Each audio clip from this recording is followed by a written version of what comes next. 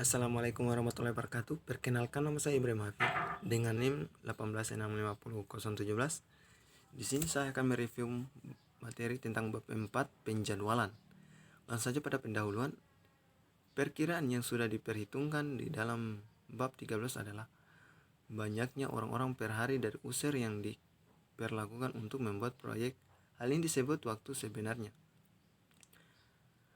Dalam bab 13, kita telah membaca langkah-langkah sebenarnya dalam perancangan sebuah proyek.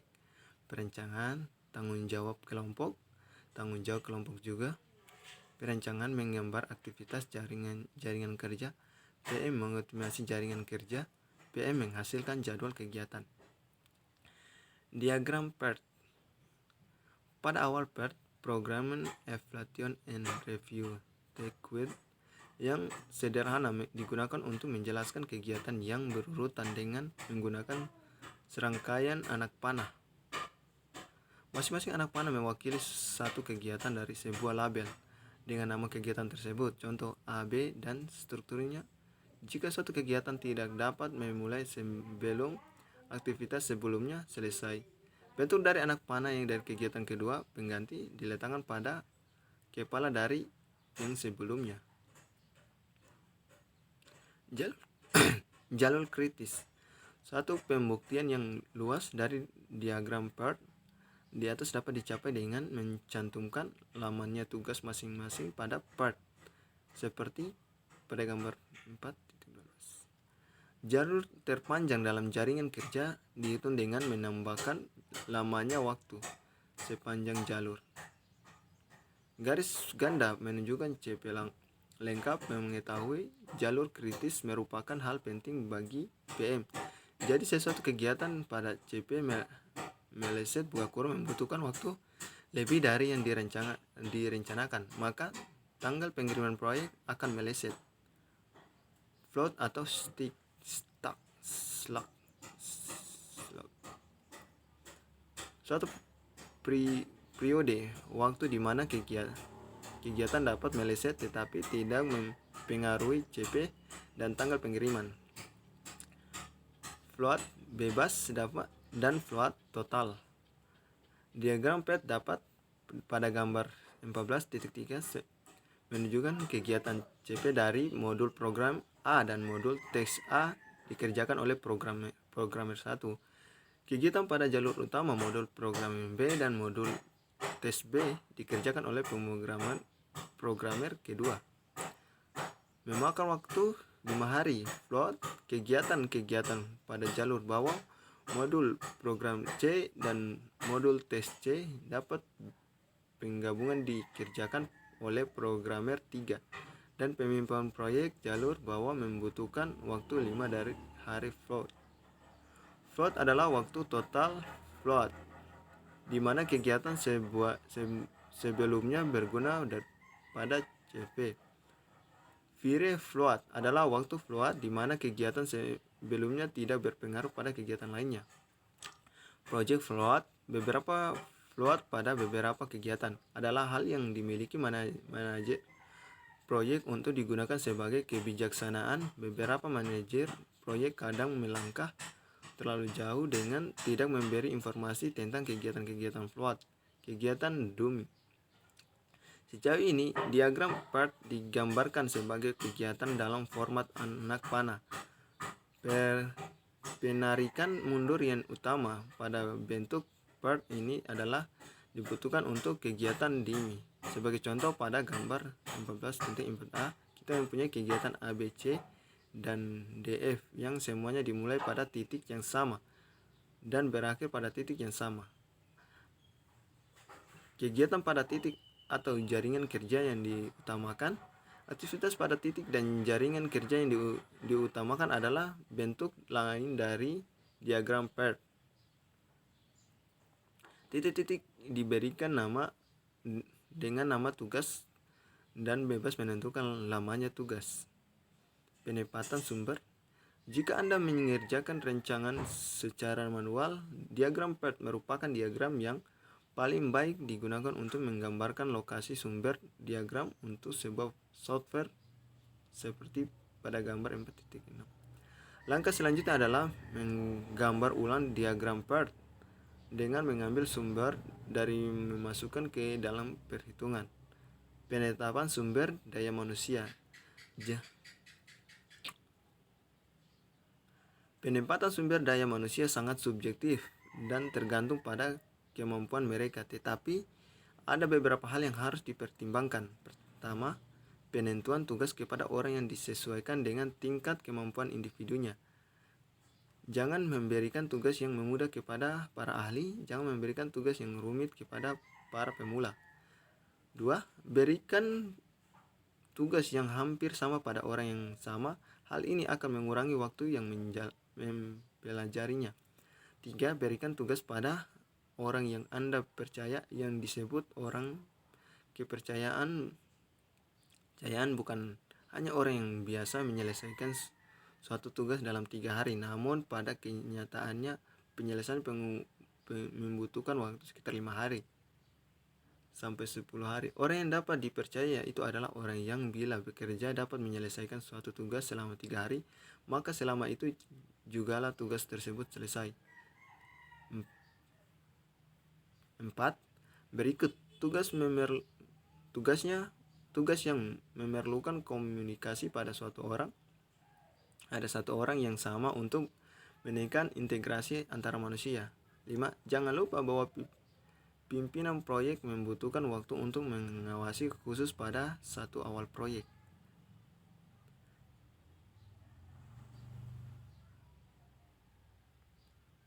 Mengurangi lamanya tugas dengan menambahkan tenaga kerja. Menambahkan tenaga kerja dalam suatu tim tidak perlu mengurangi lamanya tugas-tugas. Peraturan suatu industri yang sangat menonjol yang pengarang temui sangat berguna, yaitu tambahan sekurang-kurang 10% dari perkiraan waktu sebenarnya untuk setiap tambahan anggota dalam suatu tim yang profesional. Hal ini menunjukkan bahwa jika satu orang membutuhkan 10 hari untuk mengerjakan tugas, dengan 2 orang dibutuhkan waktu 11 hari atau paling baik 5 hari 1/2 dan 24 jam. Tambahan 10% untuk setiap penambahan kumulatif anggota. Penempatan sumber daya non manusia. Sumber daya non manusia diperlukan untuk proyek software seperti hardware komputer, paket software, sistem operasi, informasi manual, pelatihan, jaminan komputer, layanan cetak DSB. 3. Batasan. Seperti yang kita lihat yang lalu, Anda bisa mendapatkan yang baik, murah dengan cepat. Pilih 2. Menambahkan beberapa sumber daya akan mengurangi lamanya tugas, tetapi biaya meningkat memindahkan orang-orang yang dipercaya ke kegiatan yang rumit, tetapi kegiatan pendek ke dalam kegiatan yang lama mungkin mengurangi waktu secara keseluruhan, tetapi akan membahayakan seluruh proyek jika kualitas pada tugasnya yang pendek dikurangi. Kegagalan proyek. Salah satu situasi yang paling sulit adalah ketika waktu menjadi prioritas utama di antara 3 batasan. Ambil contoh skenario lain manajemen yang menanyakan kepada orang yang memperkirakan dan hasil yang sudah disajikan. Anda sungguh gagal setiap 3? Jelaskan tidak mengapa tugas yang gagal tidak ditempatkan pada jalur kritis. Contoh perhitungan tugas itu diselesaikan serta hasilnya. Pertama-tama kita harus menghitung 3 hal untuk setiap tugas. Hal pertama, lama waktu normal hari. Ini adalah perkiraan yang akan diberikan kepada manajer pertama kali. Kedua, lama waktu minimal hari di mana Anda dapat menekan perubahan tugas. Hal ketiga, biaya tambahan per hari untuk setiap perubahan. Mari kita coba untuk menyelesaikan proyek ini. Algoritma yang digunakan pada proyek tersebut adalah ubah tugas pada PC jika selama tidak ada jalur lain menjadi kritis. Jadi Jika jadwal lainnya menjadi kritis, ubah tugas tersebut dengan baik.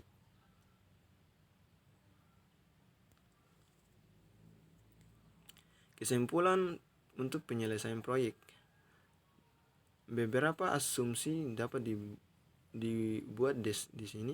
Pertama, tugas dapat diselesaikan menambahkan tenaga kerja dan waktu lembur dalam tentu mempercepat penyelesaian proyek. Kedua, tugas-tugas dapat diselesaikan sesuai pesanan. Ketiga, tugas-tugas dapat diselesaikan secara terpisah. Penyelesaian satu tugas akan mempengaruhi tugas lainnya. Paket komputer terbaik akan membantu semua perhitungan Anda. Jadwal atau diagram Gantt. Diagram Gantt adalah diagram batang yang menunjukkan waktu, disebut Gantt karena ditemukan oleh Hertz. Diagram Gantt pada gambar merupakan jadwal proyek part pada gambar. Langkah-langkah untuk menggambar Gantt. 1. Gambarlah sesuatu waktu di posisi atas. Pilih satuan waktu sehingga Anda memerlukan 3 lebih dari diagram. Langkah kedua, berikan tanda pada kalender semua kejadian di posisi bawah: kegiatan, hari libur pada liburan, hari raya, rapat, pelatihan, janji penting. Semuanya kejadian harus dijadwalkan di sekitar. Dari part, jadwal setiap kegiatan memulailah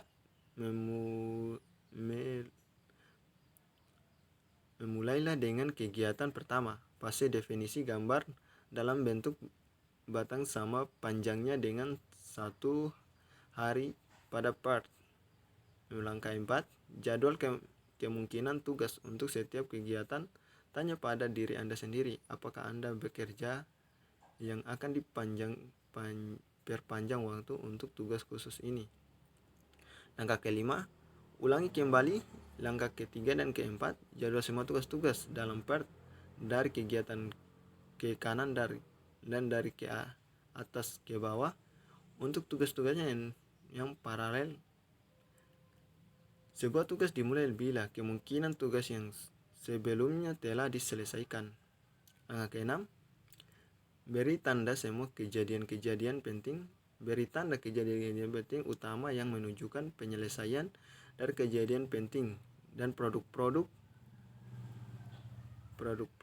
Yakinkan bahwa kejadian penting tersebut cukup sering jadi. Waktu di antara satu kejadian cukup pendek sehingga tidak akan lepas kontrol. Lalu, kesimpulan utama penjadwalan. Sampai pengarang menulis buku ini,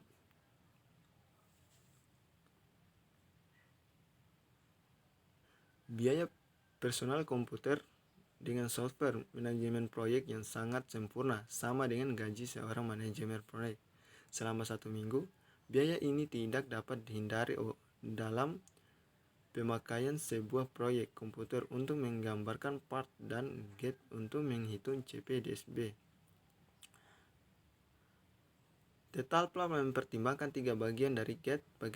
Yang pertama adalah untuk dari dimana Anda sendiri dengan semua flow dan kemungkinan yang terlihat. Bagaimana kedua adalah untuk individu-individu yang terlibat. Ini merupakan sumber daya Gantt bagi mereka.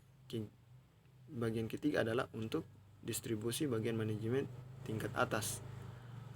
Arti penting total flow adalah menunjukkan jumlah waktu yang diperkenankan sesuatu kegiatan boleh ditunda tanpa pengetahuan jadwal penyelesaian proyek secara keseluruhan. Jumlah waktu tersebut sama dengan waktu yang didapatkan bila semua kegiatan terdahulu dimulai semua mungkin, sedangkan semuanya kegiatan berikutnya dimulai selambat mungkin. Free float adalah bila mana semua kegiatan pada jalur yang bersangkutan mulai seawal mungkin. Besarnya free float suatu kegiatan adalah sama dengan sejumlah waktu di mana penyelesaian kegiatan tersebut dapat ditunda tanpa mempengaruhi waktu mulai paling awal dan kegiatan berikutnya ataupun semua peristiwa-peristiwa yang lebih pada jaringan kerja. Mungkin itu saja review saya tentang materi bab 4 penjadwalan. Lebih dan kurangnya saya mohon maaf. Saya akhiri. Bila itu wal hidayah. Wassalamualaikum warahmatullahi wabarakatuh.